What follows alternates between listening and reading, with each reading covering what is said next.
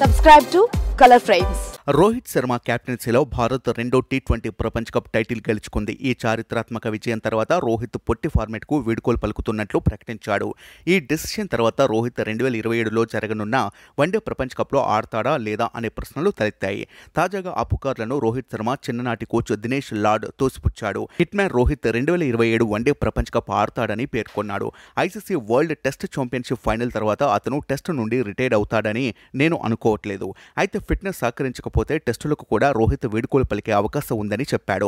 రోహిత్ టెస్టులకు వీడ్కోలు పలికితే అది అతని వన్డే క్రికెట్కు హెల్ప్ అవుతుందని చెప్పాడు. వయసు మీద పడుతుండటం, ఫిట్నెస్ లేమితో ఒత్తిడికి గురి కావాల్సి వస్తుందని చెప్పాడు. రోహిత్ వన్డే ప్రపంచ కప్కు పూర్తిగా ఫిట్గా ఉండాలంటే కొన్ని నిర్ణయాలు తీసుకోక తప్పదని తెలిపాడు. అయితే దినేష్ లాడ్ మాటలను గమనిస్తే అది చాలా వరకు నిజమే అనిపిస్తుంది. రోహిత్ టెస్టు నుండి రిటైర్ అయితే అతనికి వన్డే ఫార్మెట్ మాత్రమే మిగిలి ఉంటుంది. ఈ పరిస్థితిలో అతను ఈ ఫార్మెట్లో ఎక్కువ కాలం ఆడగలడు. హిట్ మ్యాన్కు ఇప్పుడు 37 ఏళ్లు. ప్రస్తుతం జట్టును బాగా నడిపిస్తున్నాడు. భవిష్యత్తులో మరిన్ని ఐసీసీ ట్రోఫీలు గెలిపించే సత్తా రోహిత్లో ఉంది. వాస్తవానికి గతేడాది జరిగిన వన్డే ప్రపంచ కప్ మనకే దక్కాల్సింది.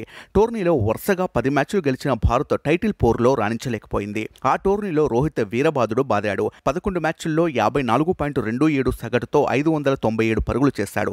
ఫైనల్లో రోహిత్ ఆడిన విధానం ఎప్పటికీ మర్చిపోలేం. ఏమాత్రం ఒత్తిడికి గురి కాకుండా ఆస్ట్రేలియన్లపై విరుచుకుపడ్డాడు. ఉన్న కాసేపు చుక్కలు చూపించాడు. ఇదిలా ఉండగా ప్రస్తుతం రోహిత్ వెకేషన్లో ఉన్నాడు. కుటుంబ సభ్యులతో కలిసి దుబాయ్లో ఎంజాయ్ చేస్తున్నాడు. బంగ్లాదేశ్తో 2 టెస్టుల సిరీస్ను 2-0తో కైవసం చేసుకున్న రోహిత్ సేన ఈ నెల 16న న్యూజిలాండ్తో ప్రారంభం కానున్న టెస్ట్ సిరీస్తో మళ్లీ రీ ఎంట్రీ ఇవ్వనుంది. వీడియో మీకు నచ్చినట్లయితే ప్లీజ్ లైక్ చేయండి, షేర్ చేయండి, కామెంట్ చేయండి.